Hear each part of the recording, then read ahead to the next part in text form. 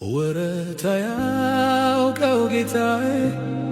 ዘላለም ሚስጥረኛዬ የልቤን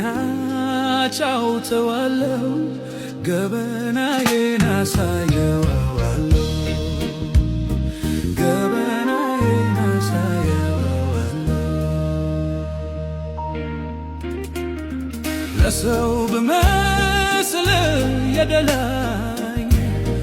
ውስጤ ግን እሳት ንዳድ ነው።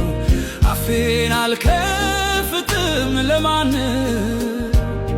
ጌታ ያውቀዋል ትርፌን ጉድለቴንም ጌታ ያውቀዋል ትርፌን ጉድለቴንም ወረት ያውቀው ጌታዬ ዘላለም ሚስጥረኛዬ የልቤን አጫውተዋለሁ